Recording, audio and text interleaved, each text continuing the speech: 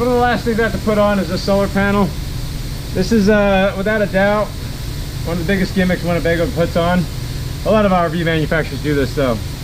So if you see this, it's 12 watt maximum. So in full sun, you should get 12 watts.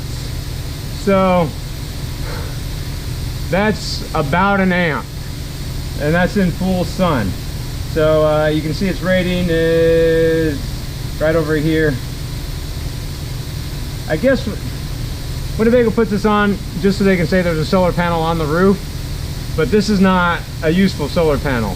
This is the lowest grade solar panel you can get. It's just looking at it. So it's just a selling point. You cannot charge a dead battery with this panel.